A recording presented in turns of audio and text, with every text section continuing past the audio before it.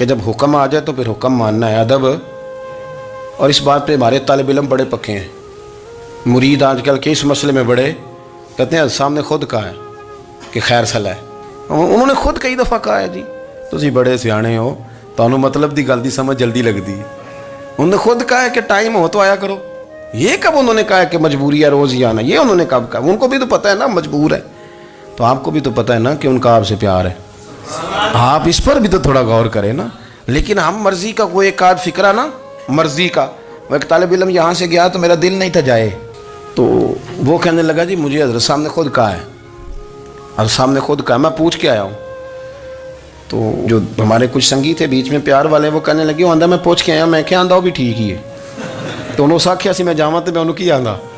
میری بات کی سمجھ آئی ہے نا جی. جب ارادہ ہوا تو پھر ابے کو منا کے بھی آ گئے. جب ارادہ ہوا تو ابا جی کو میں نے جانا ہے بزرگوں کے پاس ملنے جانا ہے. اور جب ارادہ نہ ہوا تو کہنے لگے حضرت صاحب نے خود فرمایا ہے کہ ابا راضی ہوگا تو اللہ راضی ہوگا. چھٹی مرضی کا ہے نا مزاج، تو مرضی کی کہانی. تو میں الحمدللہ مجھے تھوڑا سا پتہ ہے، ویسے بھی اپنے بال بچے کا پتہ ہوتا ہے. ہیں جی کی آندے نے پیدادری کے جیندے سال ہی ویکی دینے. مجھے بھی پتہ ہوتا ہے کہ آج کہاں کہاں کس کس انداز میں کیا کیا کہانی ہے، کہاں کہاں کیا سٹوری ہے.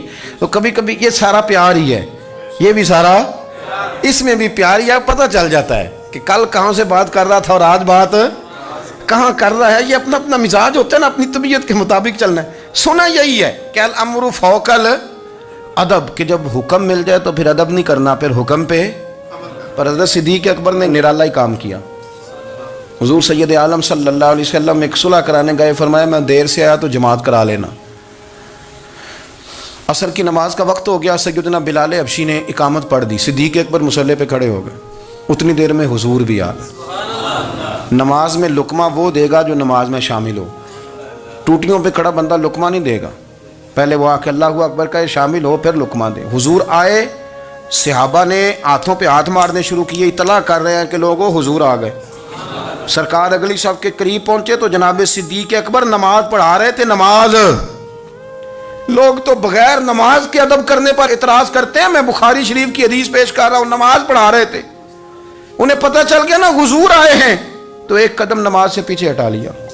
نماز پڑھا کہ میں تے ول ویکھاں، او مینوں کعبہ بھول گیا آئی. ہن بھول گئیاں نہیں سب صوم صلاتاں، اکو یار دا فکر پہ آئی. حضرت صدیق اکبر نے ایک قدم پیچھے ہٹایا تو حضور نے فرمایا ابو بکر پڑھاؤ نماز. پھر دوسرا قدم پیچھے ہٹایا تو فرمایا پڑھاؤ نماز. تیسرا قدم پیچھے ہٹایا. ہم نے آج تک یہی سنا ہے کہ حکم ہو جائے تو حکم ماننا ہے، ادب. اور ہمارے ہاں یہی ہوتا ہے، پھر لوگ حکم ہی مانتے ہیں، پھر ان کو ادب بھول جاتا ہے. لیکن جناب صدیق اکبر 3 دفعہ حکم آیا پر پیچھے ہٹ گئے. حضور مصلی پہ گئے، نماز پڑھائی.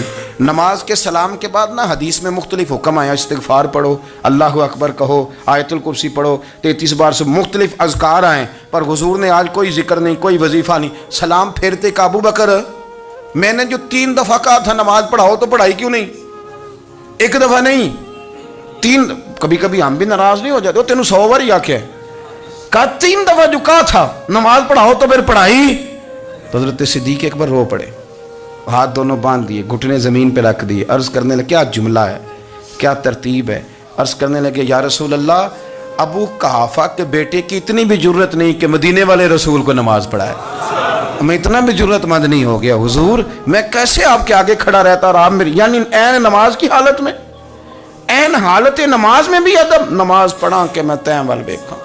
ان کعبہ بھول گیا آئی، مینوں بھول گئیاں نہیں سب صوم صلاتاں، اکو یار دا فکر پہ آئی. دوستو حضرت ابو بکر صدیق رضی اللہ تعالیٰ عنہ کا عشق، ان کا پریم، ان کا پیار، ان کی باتیں. ایک دن نا حضور کے وصال کے بعد اچانک نہ اس طرف جا رہے ہیں، خاصے مسجد سے دور چلے گئے. تو حضرت عمر تھوڑا طبیعت کو جانتے تھے، جناب عمر پیچھے دوڑے، کہنے لگے کدھر جا رہے ہو؟ چپ کر گئے. کیا ہوا؟ کدھر جا رہے تھے؟ ابو بکر سیانے بندے ہو، امیر المومنین ہو، کہاں جا رہے؟ تو رو پڑے. کہنے لگے ایک دفعہ نا حضور سفر پہ گئے ہوئے تھے تو اس طرف سے واپس آ گئے تھے، تو مجھے خیال آیا شاید اس طرف سے آ نہ رہے ہوں. حضرت عمر رو پڑے. کہنے لگے ابو بکر اب تو حضور نے پردہ کر لیا، جنہاں دے دل بر جانی وچھڑن، کون روے پھر تھوڑا. سب روگاں دا روگ محمد جس دا نام آپ ساری سیرت کی کتاب میں پڑھ لیں گے تو ابو بکر صدیق کا وصال کس بیماری سے ہوا. لوگوں نے قول کیے ہیں کہ وہ سانپ کا زہر آ جاتا تھا، فلان چیز تھی، لیکن کو بندہ وجہ تلاش کر سکا؟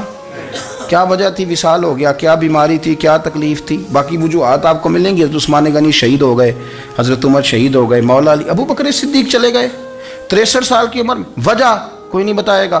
جب شدید بیمار ہوئے تو حضرت عمر فاروق نے ایک طبیب بلایا، وہ بڑا سیانا تھا. اس نے سارا چیک کیا تو نباز تھا. کہنے لگا یار کوئی بیماری تو سمجھ میں نہیں آتی. تو حضرت عمر تھوڑا سا جلال میں، یرانہ تھا نا، جلال میں کہنے لگے ابو بکر مسئلہ کیا ہے؟ دن بدن کمزور ہوتے جا رہے، نماز پڑھانے کھڑے ہوتے تو ٹانگیں کانپتی ہیں، مسئلہ بتائیں کیا ہے؟ طبیب اتنا بڑا ہے، یہ تو بندہ کا چہرہ دیکھ کے بیماری بتا دیتا ہے، اور یہ کہہ رہا ہے کوئی بیماری نہیں. تو حضرت صدیق اکبر خاموش ہیں. پھر حضرت عمر کہنے لگے ہم سارے آپ کی وجہ سے چلتے ہیں، لوگ سارے پریشان ہیں، آپ حضور کے جانشین بتاتے کیوں نہیں؟ جب تیسری دفعہ کہا تو حضرت صدیق اکبر کہنے لگے عمر زیادہ باتیں نہ کر، تجھے پتہ نہیں مجھے کیا بیماری ہے؟ نہیں پتہ تو میں بتاؤں؟ نہیں پتہ تجھے، بول. تو جناب عمر رو پڑے.